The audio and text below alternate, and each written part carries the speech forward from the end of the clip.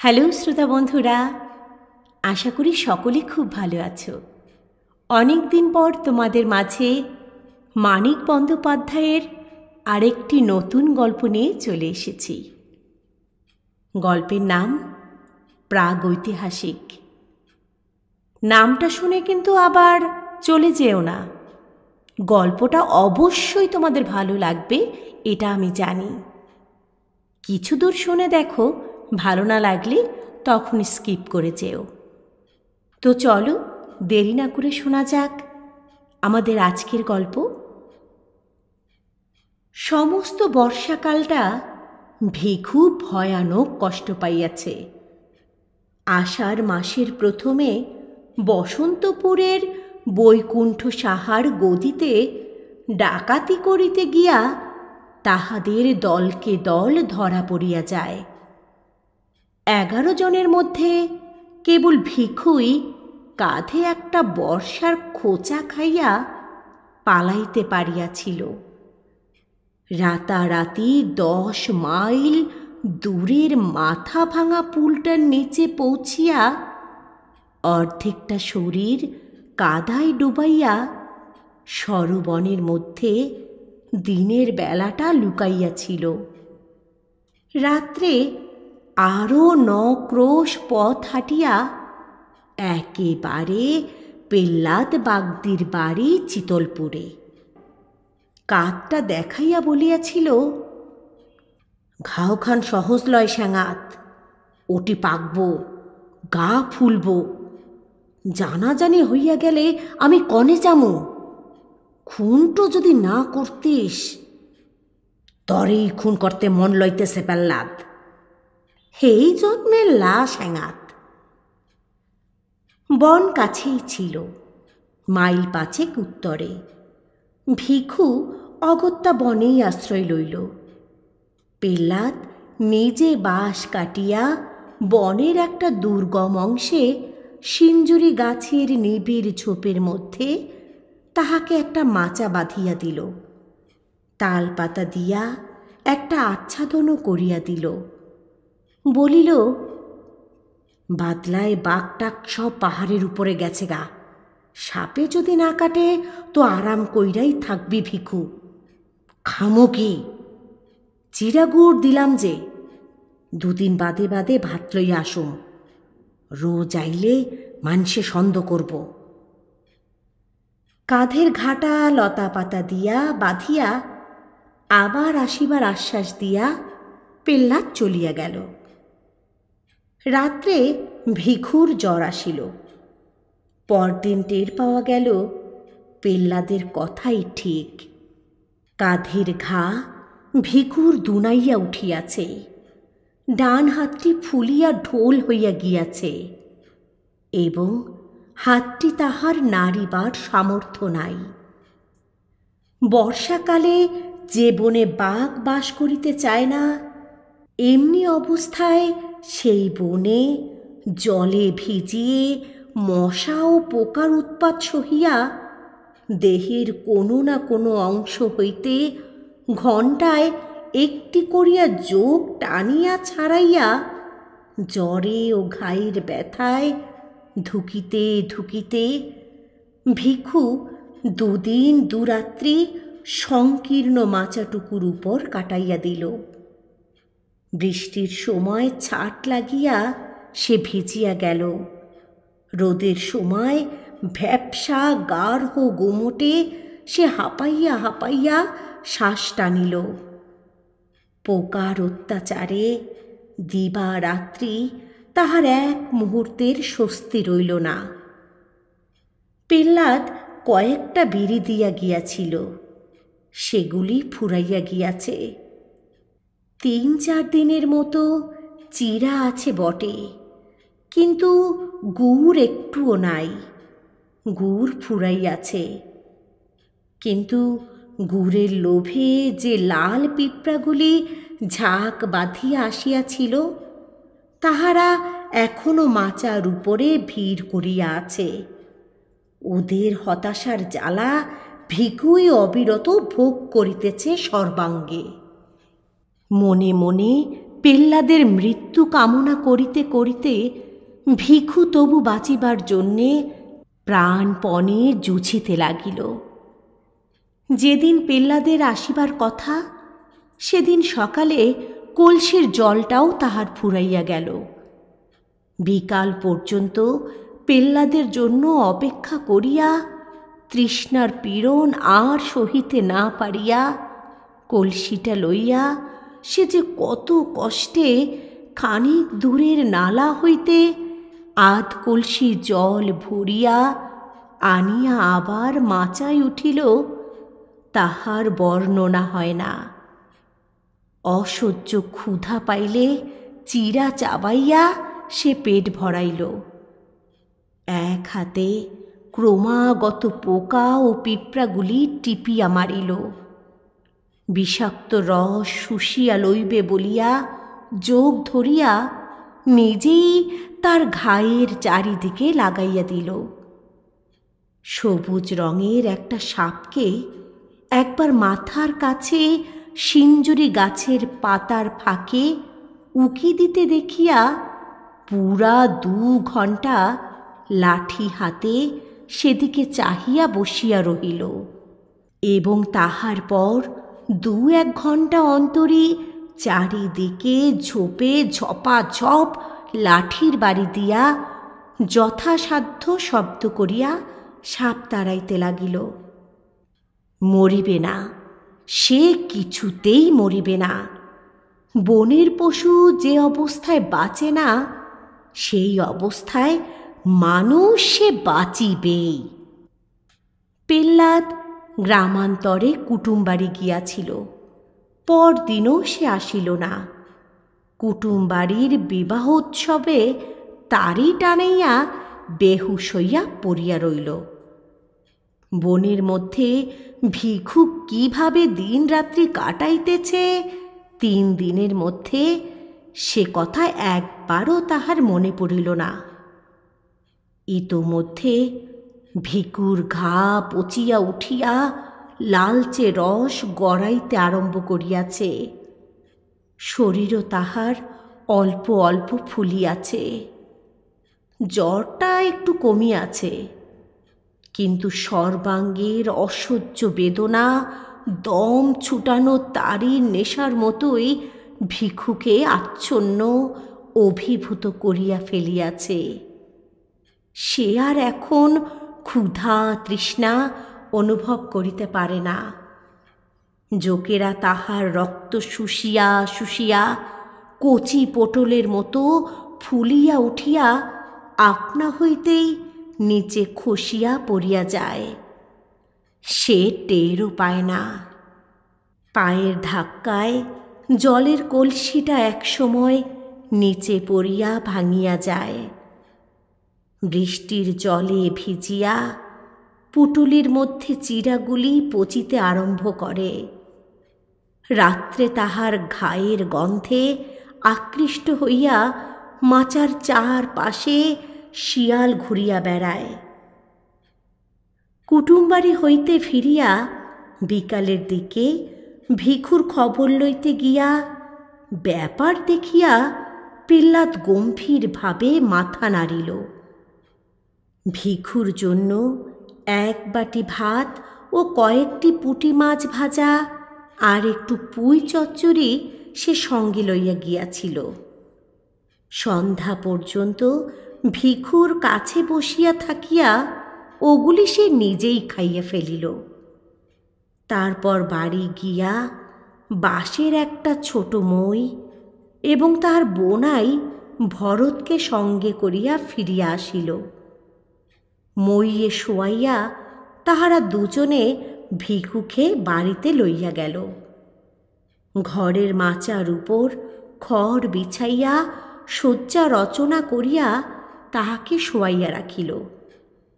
আর এমনই শক্ত প্রাণ ভিখুর যে শুধু এই আশ্রয়টুকু পাইয়াই বিনা চিকিৎসায় ও একরকম বিনা যত্নেই 1 মাস মুমূর্ষ অবস্থায় কাটাইয়া সে ক্রমে ক্রমে নিশ্চিত মরণকে জয় করিয়া ফেলিল।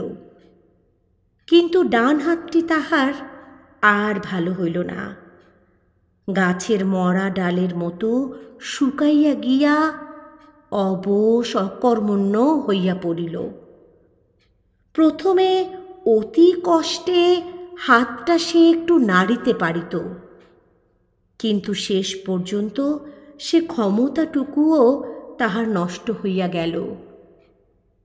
কাঁধের ঘা শুকাইয়া আসিবার পর বাড়িতে বাহিরের লোক কেহ উপস্থিত না থাকিলে ভিখু তাহার একটি মাত্র হাতের সাহায্যে মধ্যে মধ্যে বাঁশের মই বাহিয়া নিচে নামিতে লাগিল। এবং একদিন সন্ধ্যার সময় এক কাণ্ড করিয়া বসিল। পেল্লাদ সে সময় বাড়ি ছিল না। ভরতকে সঙ্গে নিয়ে তারই গিলিতে বাহির হইয়া গিয়াছিল। পেল্লাদের বোন গিয়াছিল ঘাটে। পেল্লাদের বউ ছেলেকে ঘরে শোয়াইতে আসিয়া ভিকুর চাহনি দেখিয়া তাড়াতাড়ি পালাইয়া যাইতেছিল। ভিকু তাহার একটা হাত চাপিয়া ধরিল, কিন্তু পেল্লাদের বউ বাগধির মেয়ে। দুর্বল শরীরে বা হাতে তাহাকে আয়ত্ত করা সহজ নয়। এক ঝটকায় হাত ছাড়াইয়া সে গাল দিতে দিতে চলিয়া গেল। পেল্লাদ বাড়ি ফিরিলে সব বলিয়া দিল। তারের নেশায় পেল্লাদের মনে হইল এমন নেমক হারাম মানুষটাকে একেবারে খুন করিয়া ফেলাই কর্তব্য। হাতের মোটা বাঁশের লাঠিটা বউয়ের পিঠে এক ঘা বসাইয়া দিয়া ভিখুর মাথা ফাটাইতে গিয়া নেশার মধ্যেও কিন্তু টের পাইতে বাকি রইল না যে কাজটা যত বড় কর্তব্যই হোক সম্ভব একেবারেই নয়। ভিখু তাহার ধারালো দাটি বা হাতে শক্ত করিয়া বাগাইয়া ধরিয়া আছে। সুতরাং খুনোখুনির পরিবর্তে তাহাদের মধ্যে কিছু অশ্লীল কথাবার্তা আদান প্রদান হইয়া গেল। শেষে পেল্লাদ বলিল, তোর লাইগা আমার 7 টাকা খরচ গেছে, টাকাটা দে, দিয়া বাইর হ, আমার বাড়ি থেকে দূর হ। ভিকু বলিল, আমার কোমরে একটা বাজু বাইন্দা রাখছিলাম, তুই চুরি করছস, আগে আমার বাজু ফিরাইয়া দে, তবে যামু। তোর বাজুর খবর জানে কি ডারে? বাজু দে কইলাম পেল্লাদ, ভালো চাস তো দে, বাজু না দিলে সাবাড়ি মেজকত্তার মতো গলাটা তোর একখান কোপেই 2 ভাগ করে ফেলুম, এই তোরে আমি কইয়া রাখলাম। বাজু পালি আমি অহনে যামু গিয়া। কিন্তু বাজু ভিকু ফেরত পাইল না। তাহাদের বিবাদের মধ্যে ভরত আসিয়া পড়ায় দুজনে মিলিয়া ভিকুকে তাহারা কায়দা করিয়া ফেলিল। পেল্লাদের বাহু মূলে একটা কামড় বসাইয়া দেওয়া ছাড়া দুর্বল ও পঙ্গু ভিখু আর বিশেষ কিছু করিয়া উঠিতে পারিল না। পেল্লাদ ও তাহার বোনাই তাহাকে মারিতে মারিতে আধমরা করিয়া ফেলিয়া বাড়ির বাহির করিয়া দিল। ভিকুর শুকাইয়া আসা ঘা ফাটিয়া রক্ত পড়িতেছিল। হাত দিয়া রক্ত মুছিতে মুছিতে ধুকিতে ধুকিতে সে চলিয়া গেল। রাত্রির অন্ধকারে সে কোথায় গেল কেহই তাহা জানিতে পারিল না বটে, কিন্তু দুপুর রাতে পেল্লাদের ঘর জ্বলিয়া উঠিয়া বাগধি পাড়ায় বিষম হইচই বাঁধাইয়া দিল। পেল্লাদ কপাল চাপড়াইয়া বলিতে লাগিল, হায় সর্বনাশ, হায় সর্বনাশ, ঘরতে আমার শনি আইছিল, হায় সর্বনাশ। কিন্তু পুলিশের টানাটানির ভয়ে মুখ ফুটিয়া বেচারা ভিখুর নামটা পর্যন্ত করিতে পারিল না।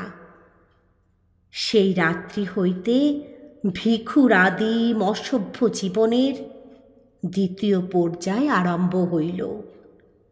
চিতলপুরের পাশে একটা নদী আছে। পেল্লাদের ঘরে আগুন দিয়া আসিয়া একটা জেলে ডিঙি চুরি করিয়া ভিখু নদীর স্রোতে ভাসিয়া গিয়াছিল। লগি ঠেলিবার সামর্থ্য তাহার ছিল না। একটা চ্যাপ্টা বাঁশকে হালের মতো করিয়া ধরিয়া রাখিয়া সে সমস্ত রাত কোনো রকমে নৌকার মুখ সিধা রাখিয়াছিল। সকাল হওয়ার আগে শুধু স্রোতের টানে সে বেশি দূর আগাইতে পারে নাই। ভিখুর মনে আশঙ্কা ছিল, ঘরে আগুন দেওয়ার শোধ লইতে পেল্লাদ হয়তো তাহার নামটা প্রকাশ করিয়া দিবে। মনের জ্বালায় নিজের অসুবিধার কথাটা ভাবিবে না।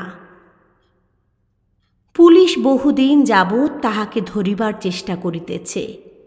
বৈকুণ্ঠ সাহার বাড়িতে খুনটা হওয়ার ফলে চেষ্টা তাহাদের বাড়িয়াছে বই কমে নাই। পেল্লাদের কাছে খবর পাইলে পুলিশ আশেপাশে চারিদিকেই তাহার খোঁজ করিবে।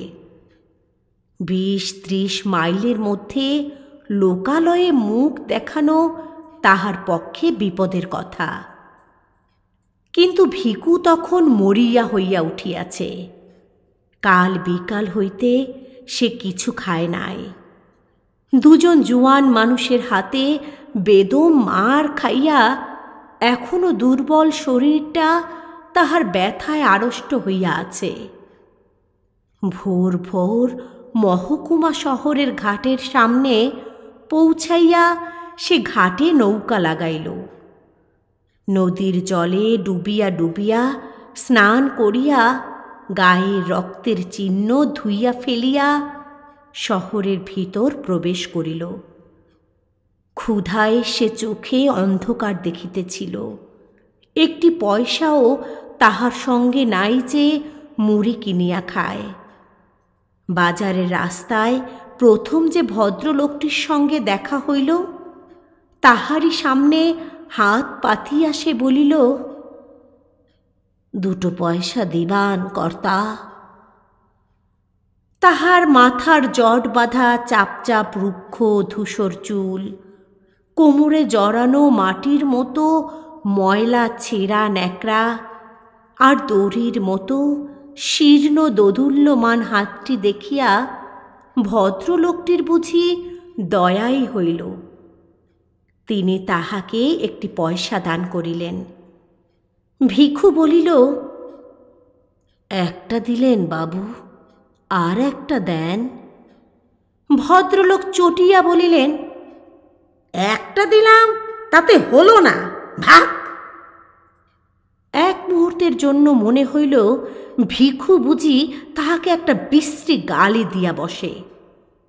কিন্তু সে আত্মসংবরণ করিল।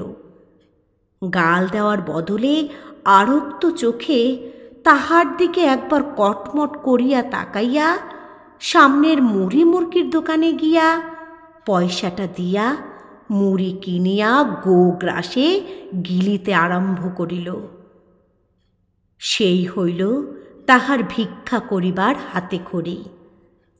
কয়েকদিনের ভিতরেই সে পৃথিবীর বহু পুরাতন ব্যবসাটির এই প্রকাশ্যতম বিভাগের আইন কানুন সব শিখিয়া ফেলিল।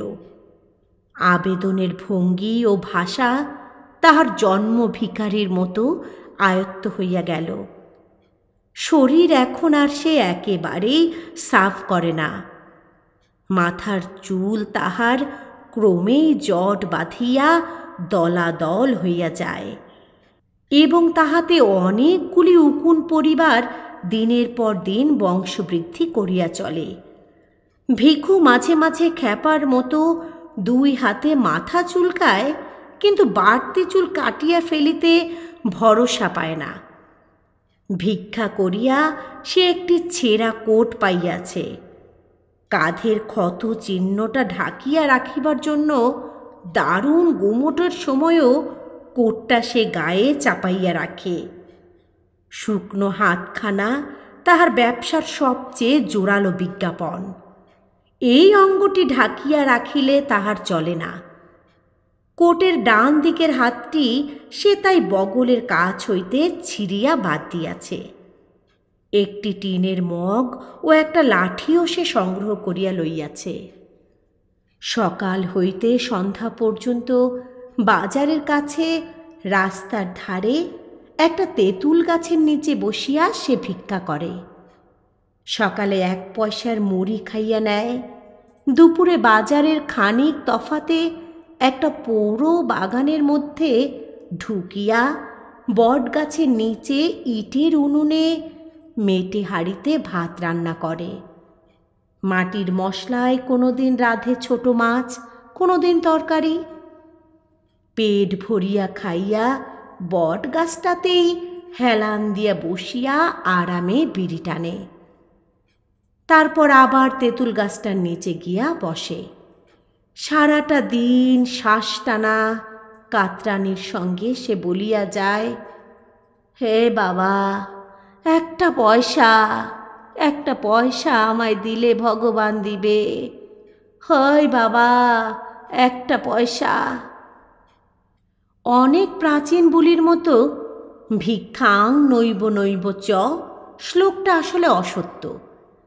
সারা দিনে ভিক্ষুর সামনে দিয়া 1000-1500 লোক যাতায়াত করে এবং গড়ে প্রতি 50 জনের মধ্যে একজন তাহাকে পয়সা অথবা আধলা দেয়। আধলার সংখ্যা বেশি হইলেও সারা দিনে ভিক্ষুর 5-6 আনা রোজগার হয়, কিন্তু সাধারণত তাহার উপার্জন 8 আনার কাছাকাছি থাকে। সপ্তাহে এখানে 2 দিন হাট বসে। হাটবারের উপার্জন তাহার একটি পুরা টাকার নিচে নামে না। এখন বর্ষাকাল অতিক্রান্ত হইয়া গিয়াছে। নদীর 2 তীর কাশে সাদা হইয়া উঠিয়াছে। নদীর কাছেই বিন্নু মাঝির বাড়ির পাশে ভাঙা চালাটা ভিখু মাসিক 8 আনায় ভাড়া করিয়াছে। রাত্রি সে ওখানেই শুইয়া থাকে। ম্যালেরিয়ায় মৃত এক ব্যক্তির জীর্ণ কিন্তু পুরো একটি কাঁথা সংগ্রহ করিয়াছে। লোকের বাড়ির খড়ের গাদা হইতে চুরি করিয়া আনা খড় বিছাইয়া তাহার উপর কাঁথাটি পাতিয়া সে আরাম করিয়া ঘুমায়। মাঝে মাঝে শহরের ভিতরে গৃহস্থ বাড়িতে ভিক্ষা করিতে গিয়া সে কয়েকটা ছেঁড়া কাপড় পাইয়াছে, তাই পুটলি করিয়া বালিশের মতো ব্যবহার করে। রাত্রে নদীর জলো বাতাসে শীত করিতে থাকিলে পুটুলি খুলিয়া একটি কাপড় গায়ে জড়াইয়া লয়। সুখে থাকিয়া এবং পেট ভরিয়া খাইয়া কিছুদিনের মধ্যে ভিখুর দেহে পূর্বের স্বাস্থ্য ফিরিয়া আসিল। তাহার ছাতি ফুলিয়া উঠিল। প্রত্যেকটি অঙ্গ সঞ্চালনে হাতির ও পিঠের মাংসপেশি নাচিয়া উঠিতে লাগিল। অবরুদ্ধ শক্তির উত্তেজনায় ক্রমে ক্রমে তাহার মেজাজ উদ্ধত ও অসহিষ্ণু হইয়া পড়িল। অভ্যস্ত বুলি আওড়াইয়া কাতরভাবেই সে এখনো ভিক্ষা চায়, কিন্তু ভিক্ষা না পাইলে তাহার ক্রোধের সীমা থাকে না। পথে লোকজন না থাকিলে তাহার প্রতি উদাসীন পথিককে সে অশ্লীল গাল দিয়া বসে। 1 পয়সার জিনিস কিনিয়া ফাও না পাইলে দোকানিকে মারিতে ওঠে। নদীর ঘাটে মেয়েরা স্নান করিতে নামিলে ভিক্ষা চাহিবার ছলে জলের ধারে গিয়া দাঁড়ায়। মেয়েরা ভয় পাইলে সে খুশি হয় এবং সরিয়া যাইতে বলিলে নড়ে না, দাঁত বাহির করিয়া দুর্বিনীত হাসি হাসে। রাত্রে স্বরচিত শয্যায় সে ছটফট করে। নারী সঙ্গহীন এই নিরুৎসব জীবন আর তার ভালো লাগে না। অতীতের উদ্দাম ঘটনা বহুল জীবনটির জন্য তাহার মন হাহাকার করে।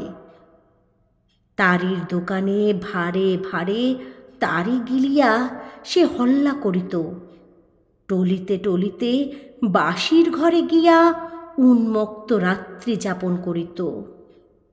আর মাঝে মাঝে দল বাঁধিয়া গভীর রাত্রে গৃহস্থের বাড়ি চড়াও হইয়া সকলকে মারিয়া কাটিয়া টাকা ও গহনা লুটিয়া রাতারাতি উধাও হইয়া যাইত।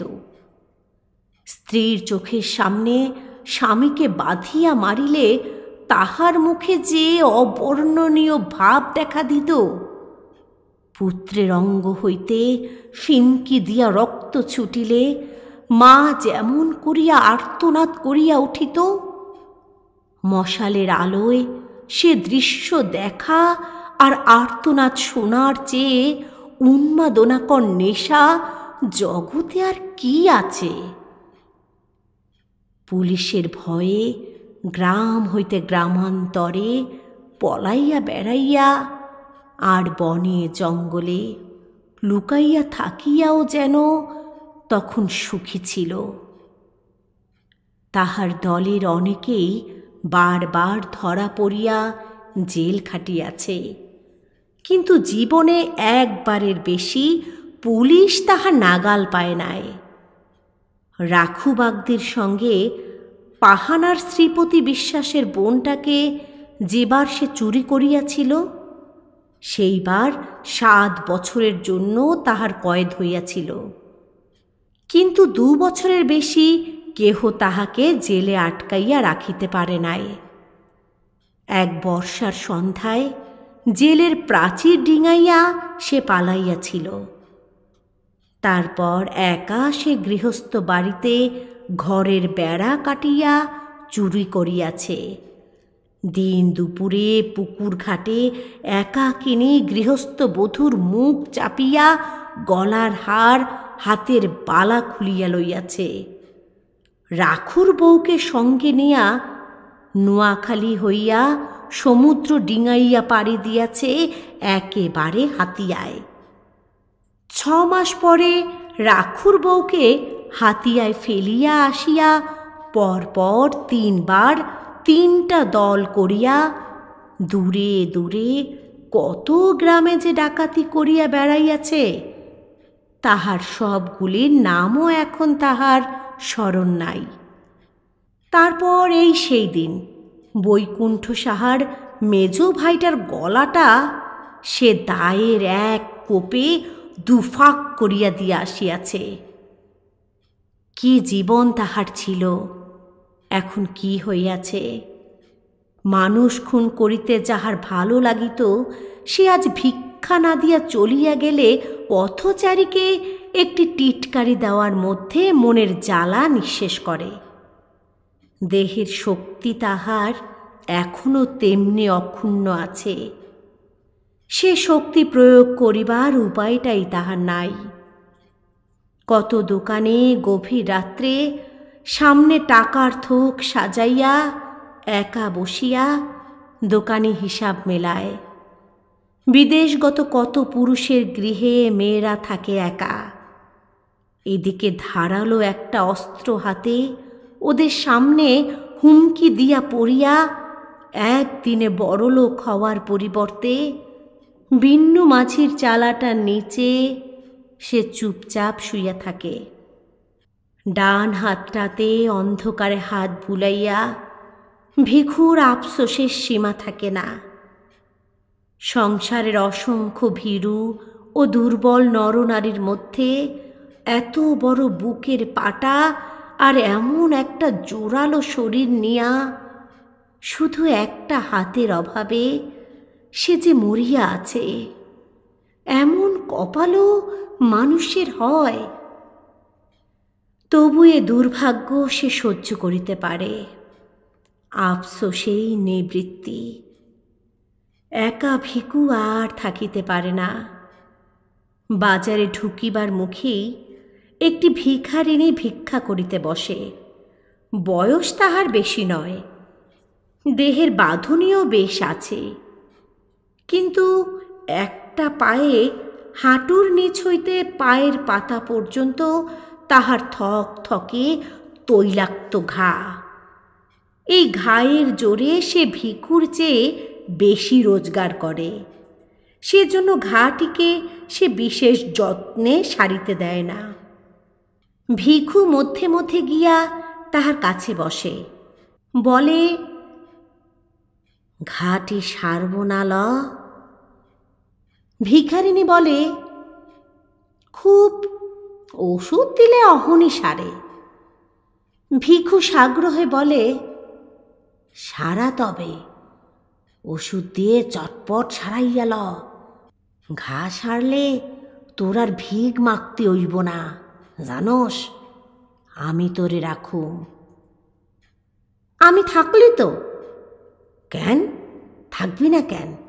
খাওয়ামু পরামু, আরামে রাখমু। পায়ের পড়নি পা দিয়া গাঠ হইয়া বইয়া থাকবি। না করস তুই কেল লেগে? অত সহজে ভুলিবার মেয়ে ভিখারিনী নয়। খানিকটা তামাক পাতা মুখে গুজিয়া সে বলে, দুদিন বাদে মোরে যখন তুই খেদাইয়া দিবি, ঘাম ওই তখন পামু কোয়ানে। ভিখু আজীবন একনিষ্ঠতার প্রতিজ্ঞা করে, সুখে রাখিবার লোভ দেখায়, কিন্তু ভিখারিনী কোনো মতেই রাজি হয় না। ভিখু ক্ষুণ্ণ মনে ফিরিয়া আসে। এদিকে আকাশে চাঁদ ওঠে, নদীতে জোয়ার ভাটা বয়, শীতের আমেজে বায়ুস্তরে মাদকতা দেখা দেয়। ভিখুর চালার পাশে কলা বাগানে চাপা কলার কাঁদি শেষ হইয়া আসে। বিন্নু মাঝি কলা বিক্রির পয়সায় বউকে রূপার গোট কিনিয়া দেয়। তালের রসের মধ্যে নেশা ক্রমেই ঘোরালো ও জমাট হইয়া ওঠে।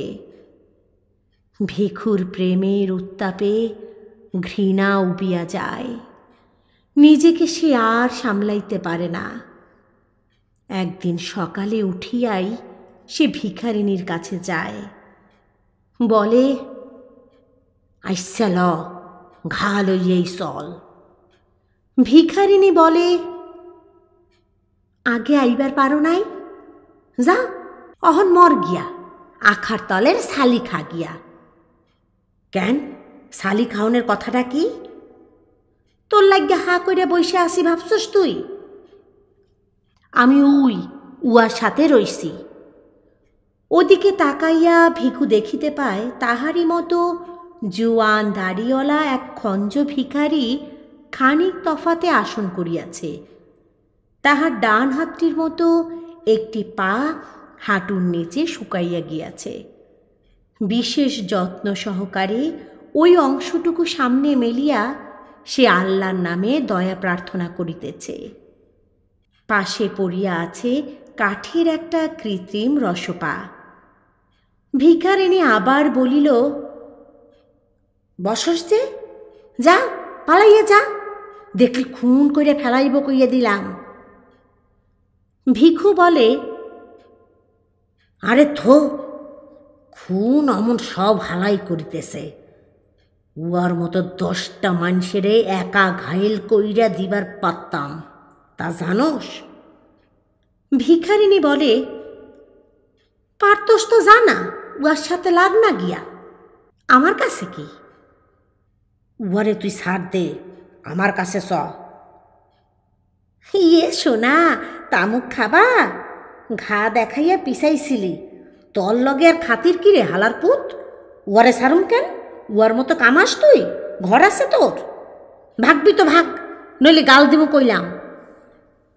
ভিখু তখনকার মতো প্রস্থান করে, কিন্তু হাল ছাড়ে না। ভিখারিনীকে একা দেখিলেই কাছে আসিয়া দাঁড়ায়, ভাব জমাইবার চেষ্টা করিয়া বলে, তোর নামটো কি রে? এমনই তাহারা পরিচয়হীন যে এতকাল পরস্পরের নাম জিজ্ঞাসা করিবার প্রয়োজনও তাহারা বোধ করে নাই। ভিখারিনী কালো দাঁতের ফাঁকে হাসে, ফের লাগতে আইসোস? হই, উই উই উই বুড়ির কাছে যা। ভিখু তাহার কাছে উবু হইয়া বসে। পয়সার বদলে অনেকে চাল ভিক্ষা দেয় বলিয়া আজকাল সে কাঁধে একটা ঝুলি ঝুলাইয়া বেড়ায়। ঝুলির ভিতর হইতে বর্তমান কলা বাহির করিয়া ভিখারিণীর সামনে রাখিয়া বলে, খা, তোর লগি চুরি কইরা আনছি। ভিখারিণী তৎক্ষণাৎ খোসা ছাড়াইয়া প্রেমিকের দান আত্মসাৎ করে। খুশি হইয়া বলে, নাম শুনবার চাস? ফাঁসি। ফাঁসি কয় মোরে, ফাঁসি। তুই কলা দিছস, নাম কইলাম, এবারে ভাগ। ভিখু উঠিবার নাম করে না। অত বড় একটা কলা দিয়া শুধু নাম শুনিয়া খুশি হওয়ার মতো শৌখিন সে নয়। যতক্ষণ পারে ধুলার উপর উবু হইয়া বসিয়া পাঁচির সঙ্গে সে আলাপ করে। ওদের অস্তরে না গেলে সে আলাপকে কেহ আলাপ বলিয়া চিনিতে পারিবে না। মনে হইবে পরস্পরকে তাহারা যেন গাল দিতেছে। পাঁচির সঙ্গীটির নাম বশির। তার সঙ্গেও সে একদিন আলাপ জমাইবার চেষ্টা করিল। সেলিম মিয়া। বশির বলিল, এদিকে ঘোরাফেরা কি জন্য? সেলাম মিয়া হতিছে? লাঠির এক ঘায়ে সিটি শেষা দিমুনে। দুজনে খুব খানিকটা গালাগালি হইয়া গেল। ভিখুর হাতে লাঠি ও বশিরের হাতে মস্ত একটা পাথর থাকায় মারামারিটার হইল না। নিজের তেঁতুল গাছের তলায় ফিরিয়া যাওয়ার আগে ভিখু বলিল, র, তোরে নিপাত করিতেছি। বশির বলিল, ফের উয়ার সাথে বাতচিত করলি জানে মাইরা দিমু, আল্লাহর কিরে। এই সময় ভিখুর উপার্জন কমিয়া আসিল। পথ দিয়া প্রত্যহ নতুন নতুন লোক যাতায়াত করে না। একেবারে প্রথমবারের জন্য যাহারা পথটি ব্যবহার করে, দৈনন্দিন পথিকদের মধ্যে তাহাদের সংখ্যা 2 মাসের ভিতরেই মুষ্টিমেয় হয়ে আসে। ভিখুকে একবার তাহারা একটি পয়সা দিয়াছে, পুনরায় তাহাকে দান করিবার প্রয়োজন তাহাদের অনেকেই বোধ করে না। সংসারে ভিখারির অভাব নাই। কোনো রকমে ভিখুর পেট চলিতে লাগিল। হাটবার ছাড়া রোজগারের একটি পয়সাও সে বাঁচাইতে পারিল না। সে ভাবনায় পড়িয়া গেল। শীত পড়িলে খোলা চালার নিচে থাকা কষ্টকর হইবে। যেখানেই হোক চারদিক ঘেরা যেমন তেমন ঘর একখানা তাহার চাই। মাথা গুজিবার একটাই ঠাই। আর দুবেলা খাইতে না পাইলে কোনো যুবতী ভিখারিণী তাহার সঙ্গে বাস করিতে রাজি হইবে না। অথচ উপার্জন তাহার যেভাবে কমিয়া আসিতেছে, এভাবে কমিতে থাকিলে শীতকালে নিজেই হয়তো পেট ভরিয়া খাইতে পাইবে না। যেভাবেই হোক আয় তাহাকে বাড়াইতেই হইবে। এখানে থাকিয়া আয় বাড়াইবার কোনো উপায় সে দেখিতে পায় না। চুরি ডাকাতির উপায় নাই, মজুর খাটিবার উপায় নাই।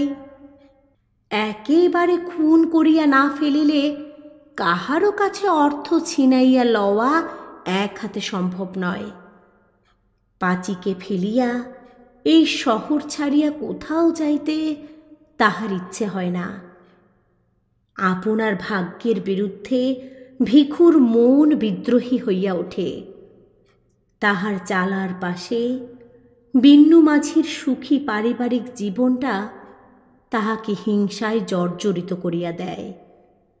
একদিন বিন্নুর ঘরে আগুন ধরাইয়া দিবার জন্য মন ছটফট করিয়া ওঠে।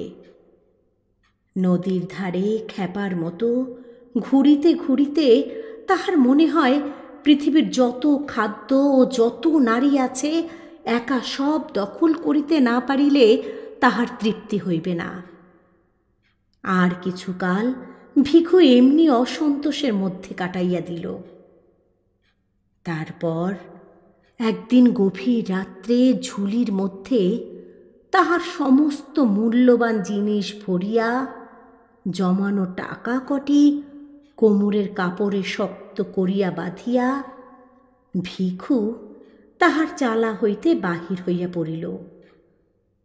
নদীর ধারে একদিন সে হাত খানেক লম্বা একটা লোহার শিক কুড়াইয়া পাইয়াছিল।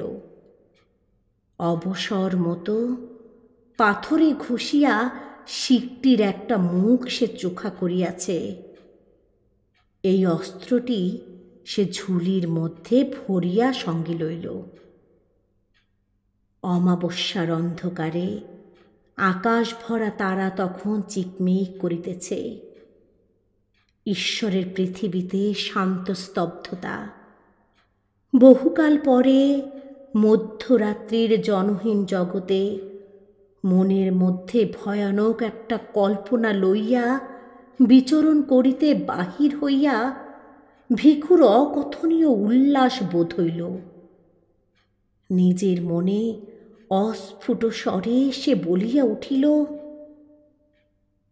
বাটি লইয়া ডানটির যদি রেহাই দিতা ভগবান। নদীর ধারে ৮ মাইল হাঁটিয়া গিয়া একটি সংকীর্ণ পথ দিয়া সে শহরে প্রবেশ করিল। বাজার বাহাতি রাখিয়া ঘুমন্ত শহরের বুকে ছোট ছোট অলি গলি দিয়া শহরের অপর প্রান্তে গিয়া পৌঁছিল। শহরে যাওয়ার পাকা রাস্তাটি এখান দিয়া শহর হইতে বাহির হইয়াছে। নদী ঘুরিয়া আসিয়া ২ মাইল তফাৎ এই রাস্তারই পাশে মাইলখানিক রহিয়া গিয়া আবার দক্ষিণের দিকে পরিবর্তন করিয়াছে। কিছু দূর পর্যন্ত রাস্তার দুদিকে ফাঁকে ফাঁকে ২-১টি বাড়ি চোখে পড়ে। তারপর ধানের ক্ষেত ও মাঝে মাঝে জঙ্গলাকীর্ণ পতিত ডাঙার দেখা পাওয়া যায়। এমনি একটা জঙ্গলের ধারে জমি সাফ করিয়া ৫-৭খানা কুড়ে তুলিয়া কয়েকটা হতভাগা মানুষ একটি দরিদ্রতম পল্লী স্থাপিত করিয়াছে। তার মধ্যে একটি কুড়ে বসিরের। ভোরে উঠিয়া ঠকঠক শব্দে কাঠের পা ফেলিয়া সে শহরে ভিক্ষা করিতে যায়। সন্ধ্যার সময় ফিরিয়া আসে। পাঁচি গাছের পাতা জ্বালাইয়া ভাত রাঁধে। বসির টানে তামাক। রাত্রে পাঁচি পায়ের ঘায়ে ন্যাকড়ার পটি জড়ায়। বাঁশের খাটে পাশাপাশি শুইয়া তাহাদের কাটা কাটা কদর্য ভাষায় গল্প করিতে করিতে তাহারা ঘুমাইয়া পড়ে। তাহাদের নীড়, তাহাদের শয্যা ও তাহাদের দেহ হইতে একটা ভ্যাপসা পচা দুর্গন্ধ উঠিয়া খড়ের চালের ফুটা দিয়া বাহিরের বাতাসে মিশিতে থাকে। ঘুমের ঘোরে বসির নাক ডাকে।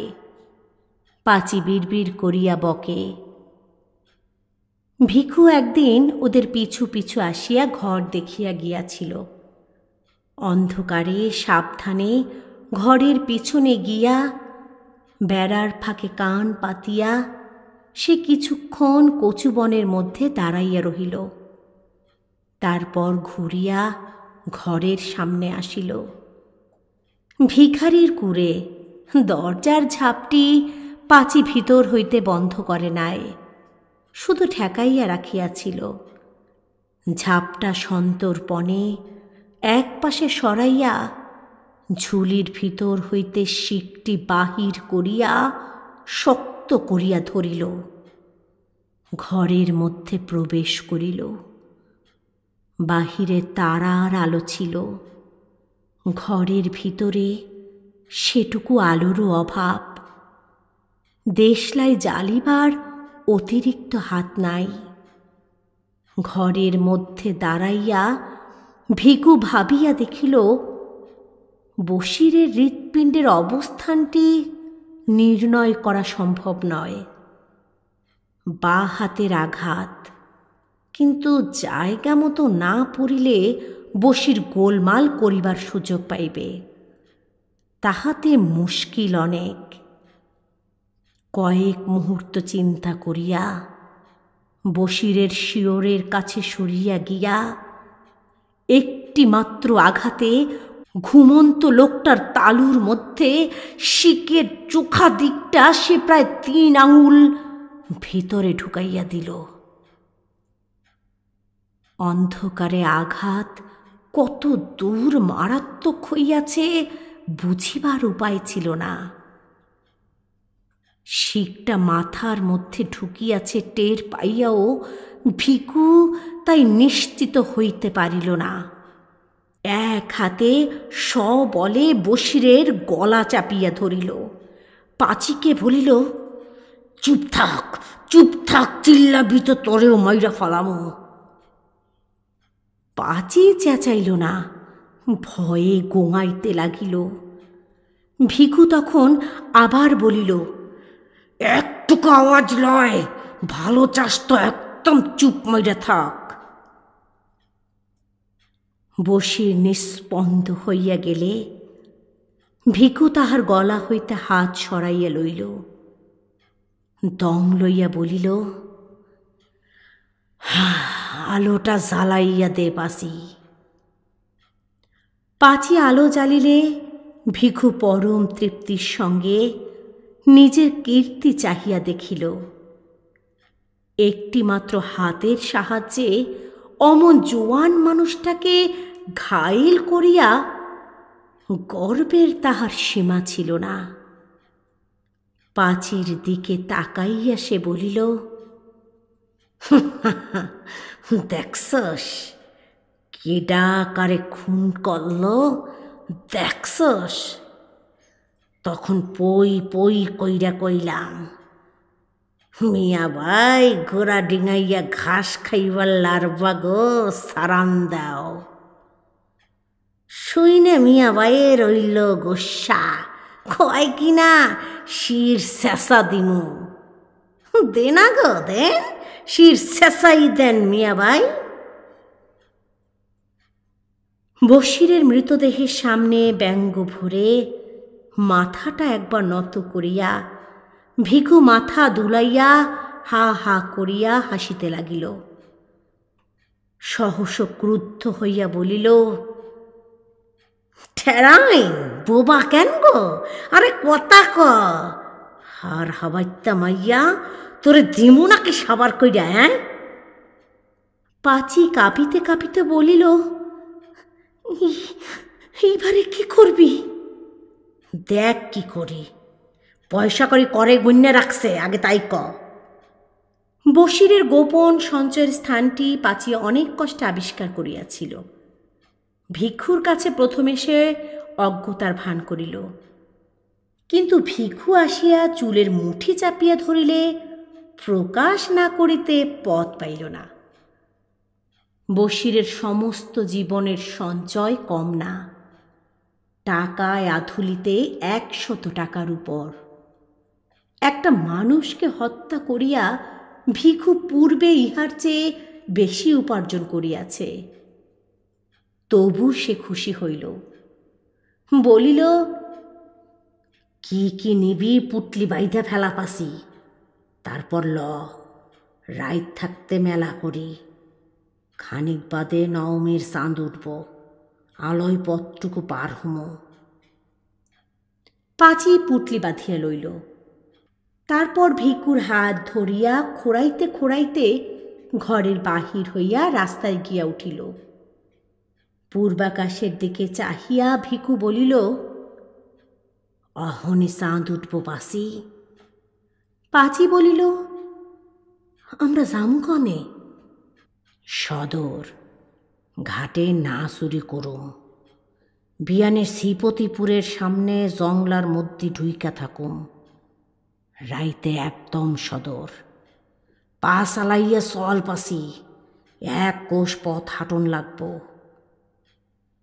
পায়ের ঘা লইয়া তাড়াতাড়ি চলিতে পাঁচির কষ্ট হইতেছিল।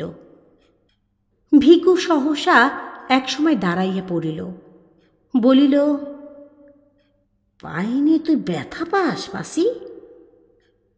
হ, ব্যথা জানায়। পিঠে চাপামু? পারবি কেন? পারুম, আয়। ভিখুর গলা জড়াইয়া ধরিয়া পাঁচি তাহার পিঠের উপর ঝুলিয়া রহিল। তাহার দেহের ভারে সামনে ঝুঁকিয়া ভিখু জোরে জোরে পথ চলিতে লাগিল। পথে দুদিকে ধানের ক্ষেত আবছা আলোয় নিঃসারে পড়িয়া আছে। দূরে গ্রামের গাছপালার পিছন হইতে নবমীর চাঁদ আকাশে উঠিয়া আসিয়াছে। ঈশ্বরের পৃথিবীতে শান্ত স্তব্ধতা। হয়তো ওই চাঁদ আর এই পৃথিবীর ইতিহাস আছে, কিন্তু যে ধারাবাহিক অন্ধকার মাতৃগর্ভ হইতে সংগ্রহ করিয়া দেহের অভ্যন্তরে লুকাইয়া ভিক্ষু ও পাচি পৃথিবীতে আসিয়াছিল, এবং যে অন্ধকার তাহারা সন্তানের মাংসল আবেষ্টনীর মধ্যে গোপন রাখিয়া যাইবে, তাহা প্রাগৈতিহাসিক। পৃথিবীর আলো আজ পর্যন্ত তাহার নাগাল পায় নাই, কোনোদিন পাইবেও না।